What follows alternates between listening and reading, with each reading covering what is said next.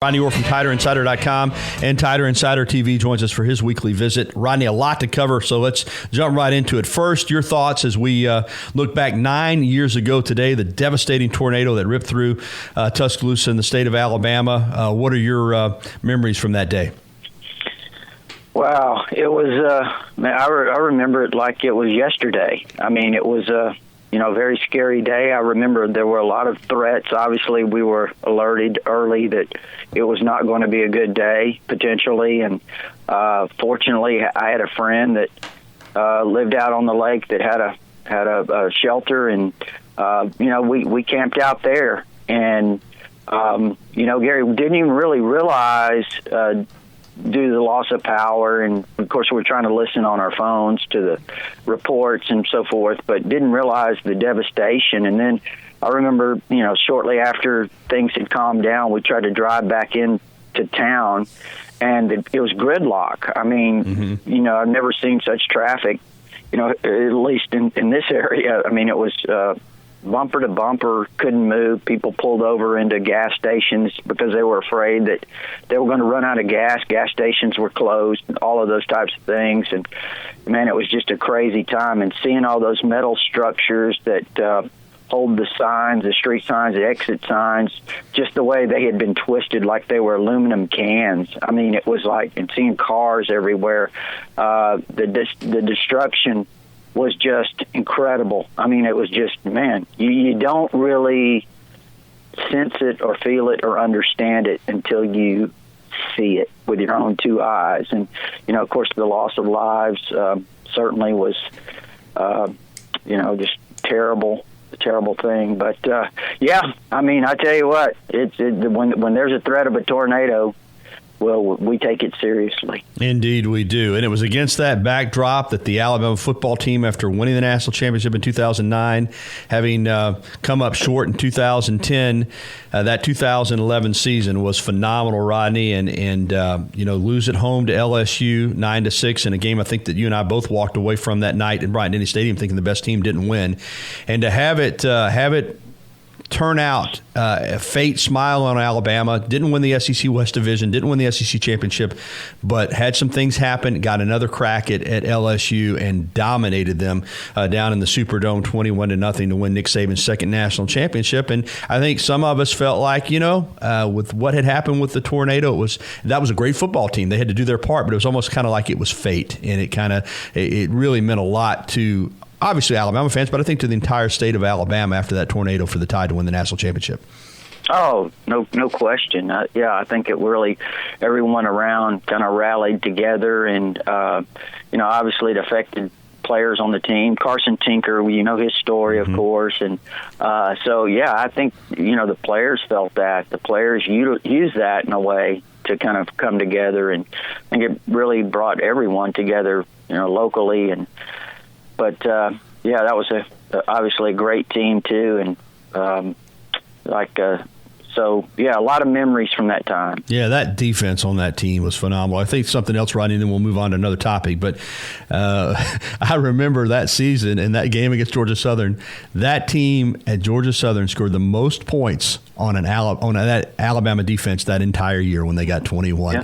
I think they had 300 something yards rushing. But now, and let's also remember too, there were several Alabama defensive players that were out in that game. Not taking nothing away, and plus that Georgia Southern ran that option that they ran. Yeah. Cut block you. Yeah, it was low, but that's how good that team was. That was the Tin Horn game, but they kept everybody in check that year defensively, and that wasn't that long ago. So great memory from 2011, and of course, obviously, we still remember this tornado, and we will for the rest of our lives, the people that lived through it. All right, let's move on to the NFL draft, Rod, and Alabama has 9 players taken, all in the first 3 rounds, which is phenomenal, beginning with Tua. And, it's again, I don't want to make this a fate sportscast. It's about fate. It's about people's ability and to do their job and win football games. But you remember the talk in the offseason last year was the Dolphins were going to tank for Tua. Well, they didn't tank. They went out and they played hard and they won some games. Tua, we thought, would be the number 1 overall pick, but then he has a year with the tightrope ankle procedure that he comes back from, but then, of course, the devastating hip injury against Mississippi State. But to come back, to get through the medicals, to check off all the boxes, and still to be the number 5 overall pick and play for the Dolphins. It seems like kind of it was meant to be to some degree to me, Rodney. Well, it's certainly things that he had to overcome. The injuries, just phenomenal. I'm not a historian of the draft, but I don't recall a guy suffering those kinds of injuries that didn't drop significantly. This hip injury, I mean, he had a fractured hip.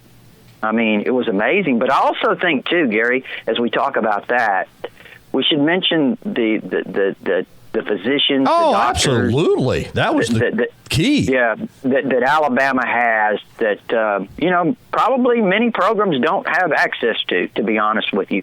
And what they did on that field in Starkville and getting him in there quickly. Saved his career. Saved his career.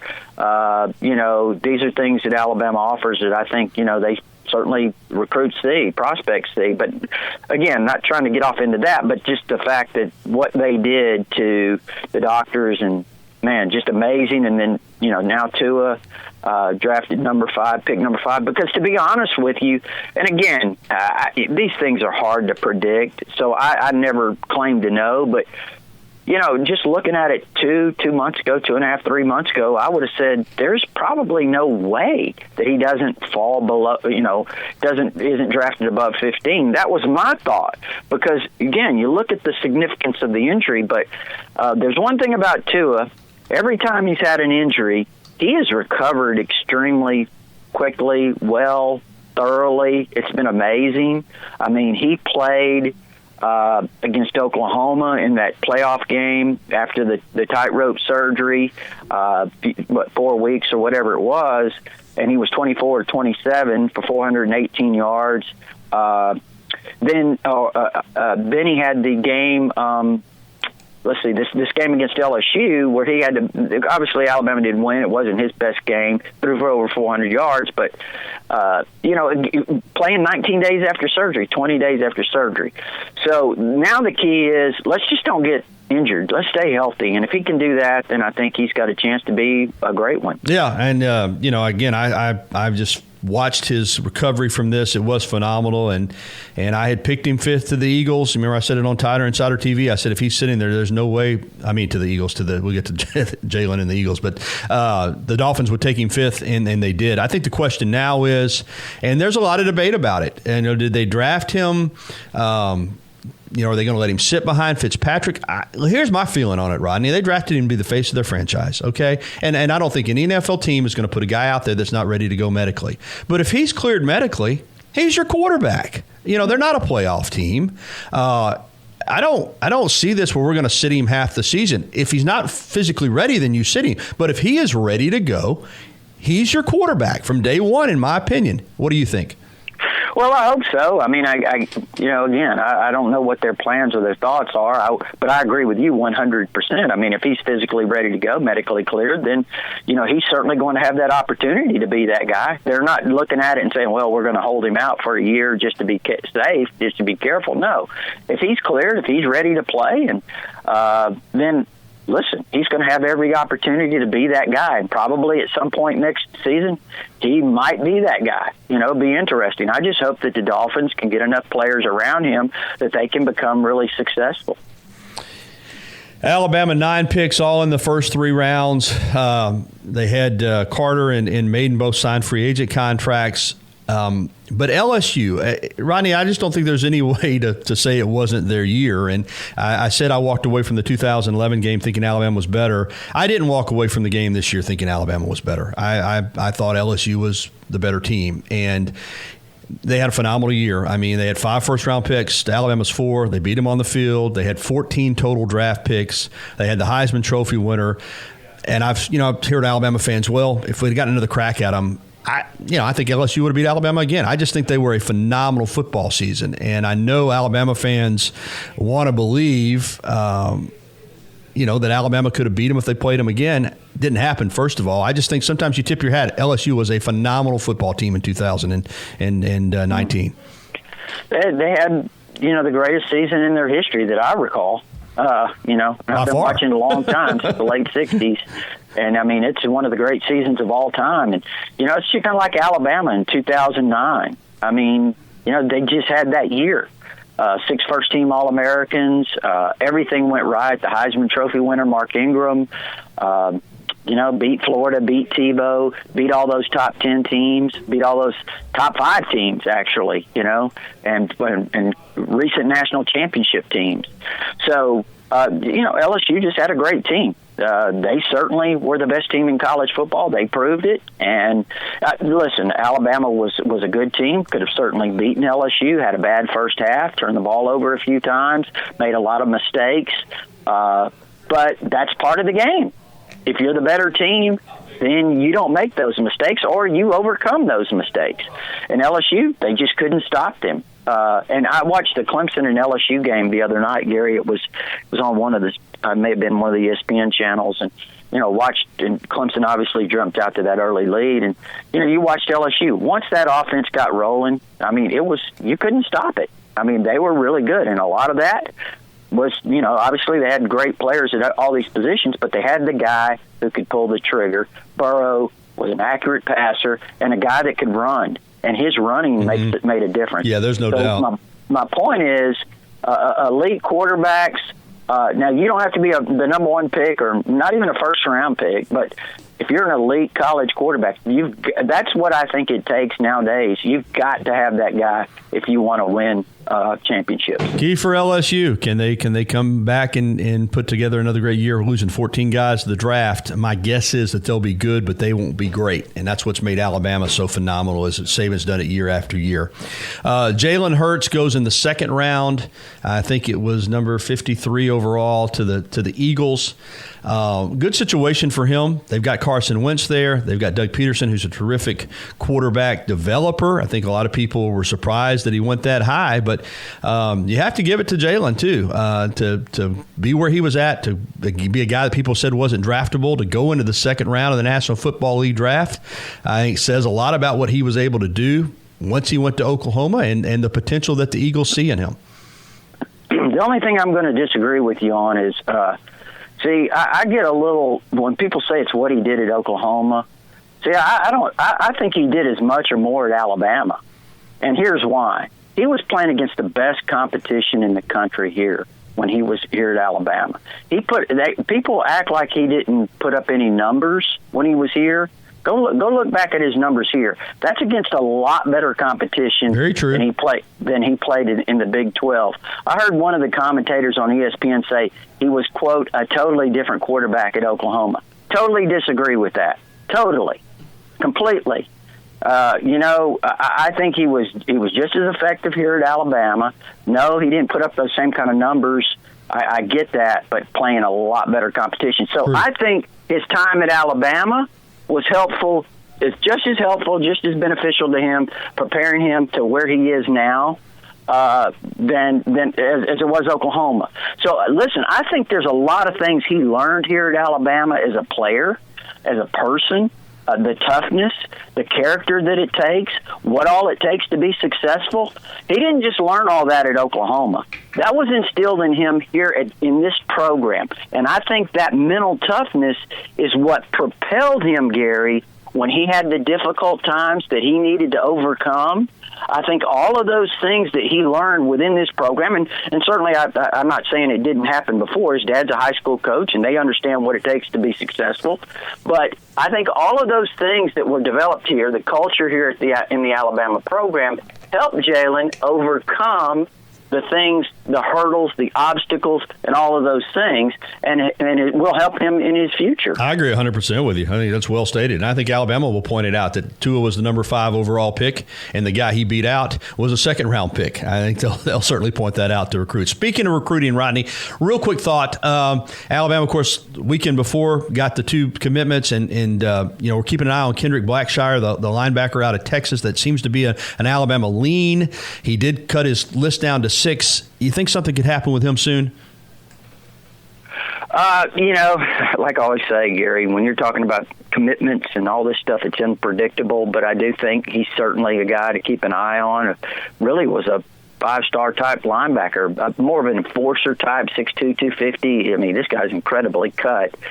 Could grow into maybe another position, the defensive end. I mean, he's just got those kind of the genes, it looks like. But I would keep an eye on Kendrick Blackshear out of Duncanville, Texas. There are others that obviously they're in on a lot of really top players. The Brockemeyer brothers out of Texas, who I think Tommy Brockemeyer's rated the number 1 offensive tackle in the country. His brother James is a 4-star interior player.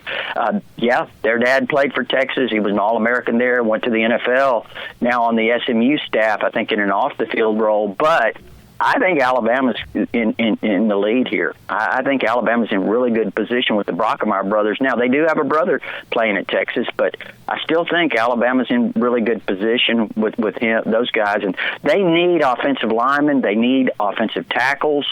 So those guys would be key recruits. Obviously they're looking at a lot of receivers. There's been some talk about a kid out of the South Florida area, Ja'Cory Brooks, could be a guy to keep an eye on. He's one of the top receivers in the country.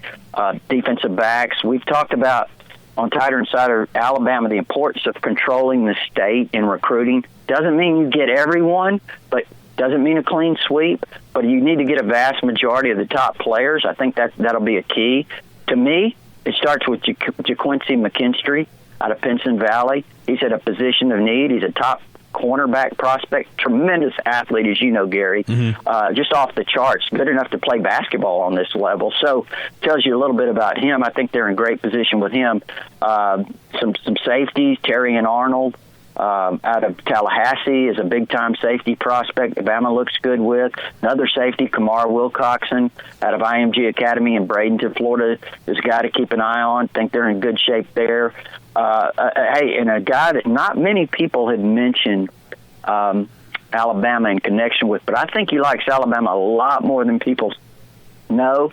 That's a cornerback out of Miami, Palmetto. He's a 5-star, just like McKinstry, 5-star corner, 6'2", 180. Jason Marshall.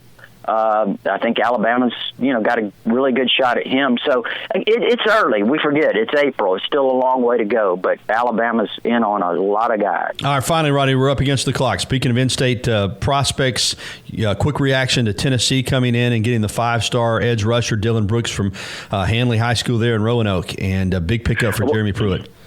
Well, he's got connections to Auburn, so I think that's probably, if you look at it in that regard, it's probably would be a little bit more of a blow to Auburn. This is far from over, in my opinion.